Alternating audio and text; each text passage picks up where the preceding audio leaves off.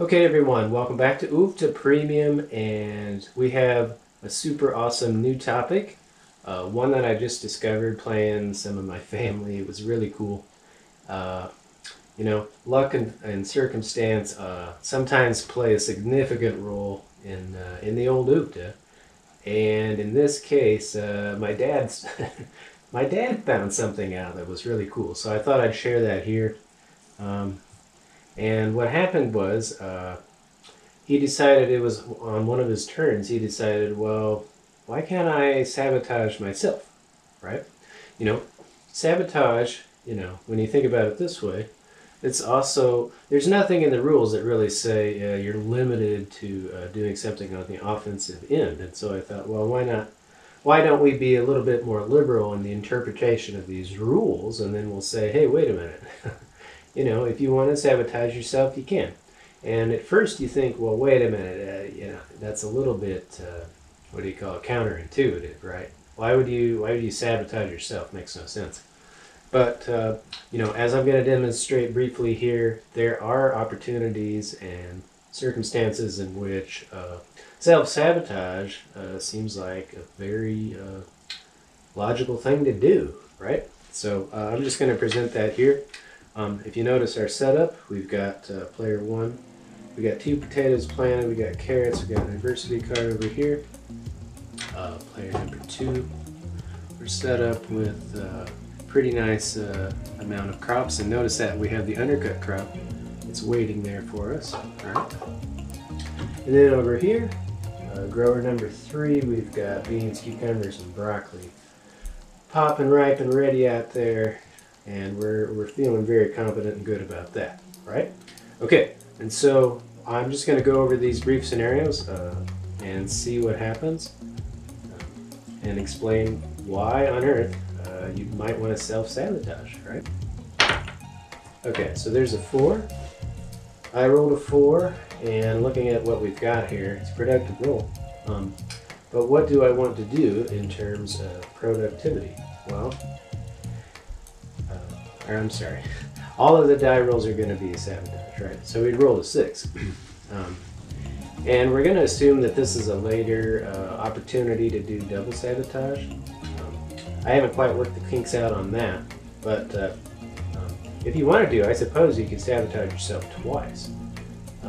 Those would probably be really, really unique circumstances, though. I'm not sure why you'd want to do it.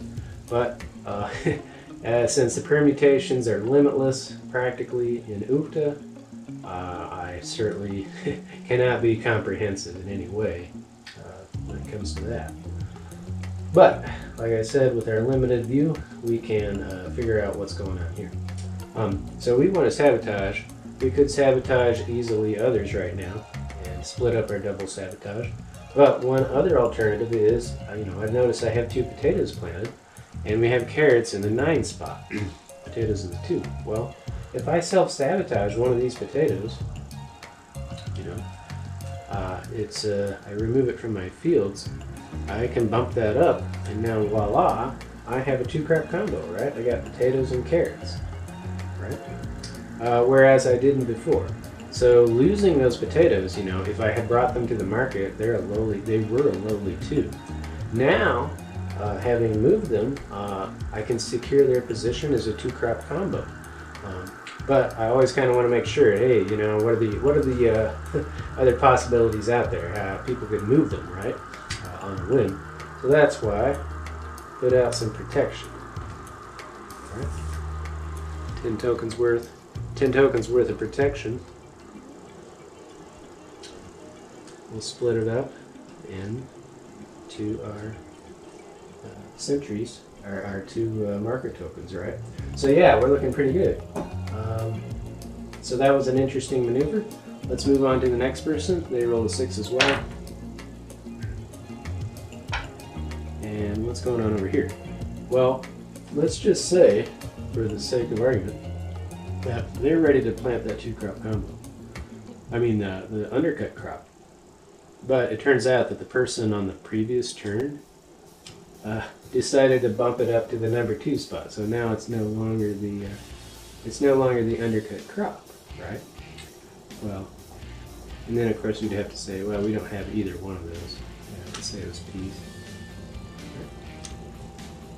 Okay, so now peas is the number undercut crop.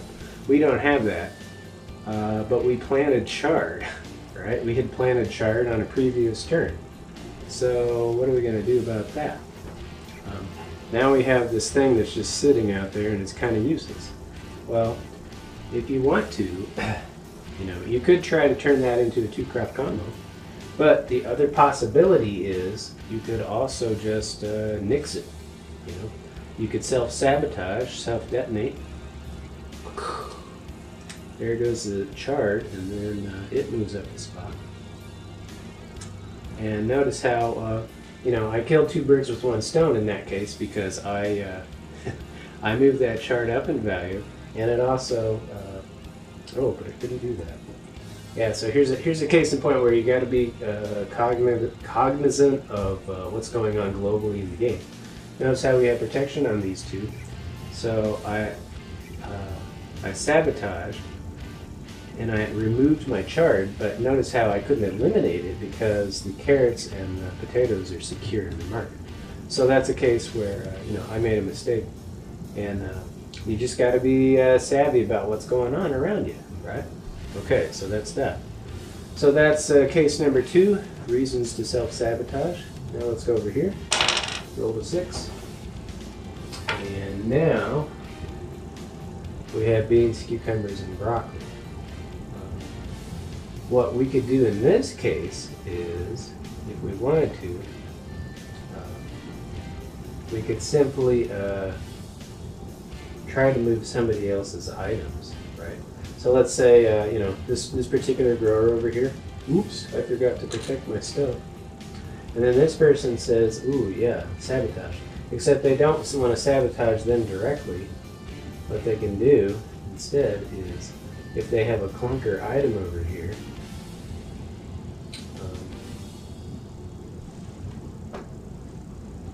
which they do, of course. They got broccoli and beans. They want to keep their broccoli and beans, but they've got cucumber. Let's say cucumber was in the number 2 spot. So cucumber, we got beans and broccoli over here. This is a very valuable, 2-crop combo. But then we've got this dud. We've got the dud cucumber sitting here, right? And while that's going to earn us tokens, it might actually benefit us more if we, maybe we just self-sabotage. We take those cucumbers off there. And we bump those cucumbers up, knocking those potatoes out. Right? So now we accomplished, with just 1 action, we accomplished 2 major objectives, right?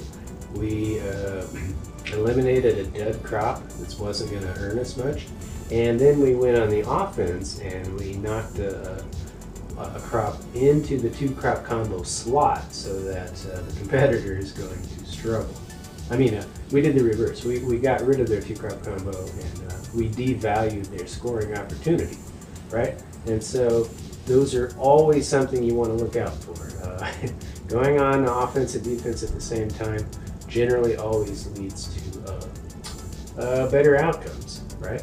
So I hope that was comprehensive and takes care of it. So self-sabotage as a possibility in UFTA is something that might shine brightly.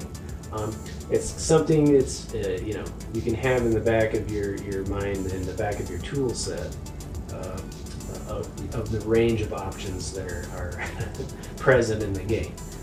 It probably won't come to the fore very often. It's just probably a rare avis, a very unique scenario. But if you can take advantage of it, you should.